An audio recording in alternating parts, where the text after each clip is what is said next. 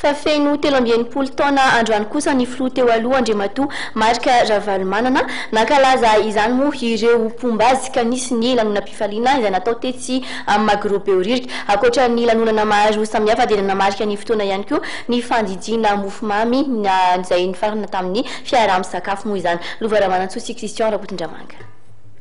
Tao anaty lanonam-pifaliana nankalazain'ireo mpombazy ny fitsingerenan'ny taonan'ny filoham-pirenena teo aloha Andriamatoa Ravalomanana Marika tetsy amin'ny Magrobeoririka. 13 taonandroany tokoa ny filoham-pamorona ny Antoko-Tima. Nanamarika ny fotoana ny fandidinan'ny mofomamy niarahana tamin'ireo lohandohan'ny mpisorona ao anivon'ny Ankolafy Ravalomanana izay nitarihan'Andriamatoa Rakotoary Velomamy filohan'ny kongresin'ny Tetezamita. Narahina fiaraha-misakafo ho nofika amin'ny tapihavanana sy ho fanamafisana ny firaisan-kina eo amin'ireo mpomba an'Andriamatoa Ravalomanana Marika ihany koa izany rehetra zany.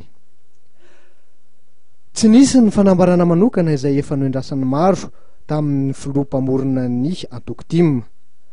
Nitokosa ny lanonana niarahana tamin'ireo mpanakanto maro samihafa rehefa avy nandao ny kianjan'ny Magrobeoririka ireo olo manan-kaja maro avy ao amin'ny Ankolafy Ravalomanana.